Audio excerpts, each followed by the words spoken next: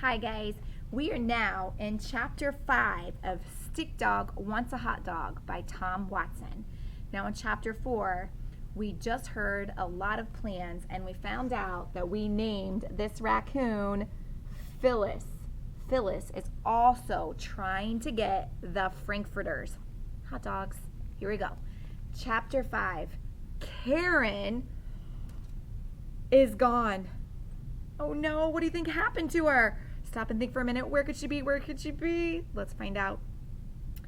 They tore as fast as they could around to the back of the blue house. When they got there, they slowed down and stalked their way to the corner so they could just see where Peter and his Frankfurter cart were parked on the sidewalk. Okay, said Stick Dog. First, we need to get closer. When he turns his head, we run behind the hanging laundry. Let's get behind one of those big white sheets. Got it? Got it, the other four said. We better go one at a time. There will be less chance of us getting spotted that way, Stick Dog said. Karen, since you're the smallest, you should go first. Ooh. Karen raced across the green lawn, pumping her little dachshund legs as fast as she could. In a matter of seconds, she was positioned behind one of the sheets hanging out to dry. She turned all around to face the others, waved to indicate the coast was clear, and then crouched down low to ensure that she was well hidden. Okay, said Stick Dog. Who wants to go next? Before anyone could answer, however, a sudden and terrible sound vibrated the house and the ground beneath their paws. It was metallic and shaky. It screeched and then smashed. Do you know what it was? It was a screen door opening and slamming shut.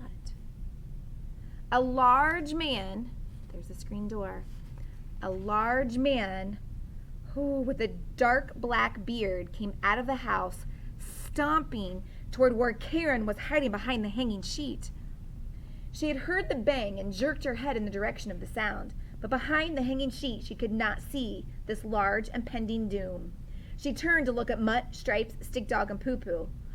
While Karen could see nothing, the other dogs could see everything. They saw the large bearded man coming toward the laundry, coming closer toward Karen. They began waving their little paws in the air, signaling Karen the best they could about the approaching danger. She knew she had to run or hide. Her legs were already tired, and they felt heavy and frozen from fright. Karen could feel the giant human creature coming closer, even though she couldn't see him. The rumbles and vibrations on the ground grew more severe each additional footfall. She snapped her head back toward her friends one final time before taking action. The other dogs were still waving frantically, but they knew they couldn't bark and give themselves away to the bearded beast. Karen couldn't get her legs to run, but she could hide. And hide she did. The stomping human was 3 steps away, shielded from seeing Karen only by the thin cotton sheet hanging from the clothesline. Karen leaped higher than she had ever before, at least 10 inches above the laundry basket. So 10 inches, not quite an entire ruler, but 10 inches is almost 12, which is the entire ruler length. The human creature was 2 steps away.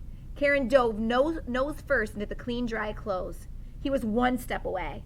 Karen dug and nestled herself into the bottom of the basket, wriggling beneath all the folded napkins, blue jeans, t-shirts, and underwear. The bearded man opened his fist and stretched his thick fingers wide, preparing to grab and clench. He grasped the sheet in his hand and rubbed it between his fingers. Still damp, he said to himself, and looked up at the sky.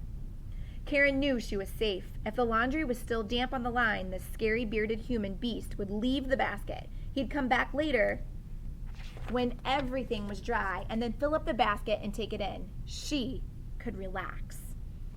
They could get back to their Frankfurter plan. They could beat Phyllis the raccoon to the delicious smelling food. Karen was closer to the Frankfurter cart than before. She could smell that meaty aroma all the better now. She wiped a little drool from her mouth on a white linen napkin at the bottom of the basket. Then the basket moved. In a voice that was dark and gravelly, deep and foreboding, the human said, "Might as well take these in." With that, the basket and Kieran were up in the air. The man held the basket on his hip, pivoted in place, and began his return to the house.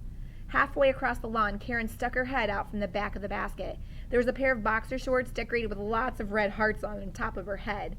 She stared with wide eyes at the other dogs at the corner of the house. There was panic and fear on Karen's face, and there was panic and fear on the others' faces as they watched from a distance. The screen door screeched again on its hinges as it opened. Karen ducked her head beneath the underwear again.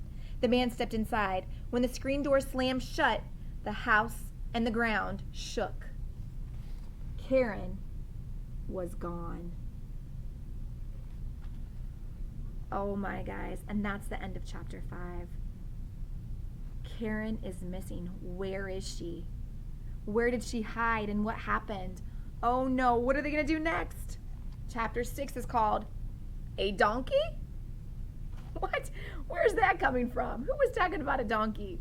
All right, guys, thanks for listening.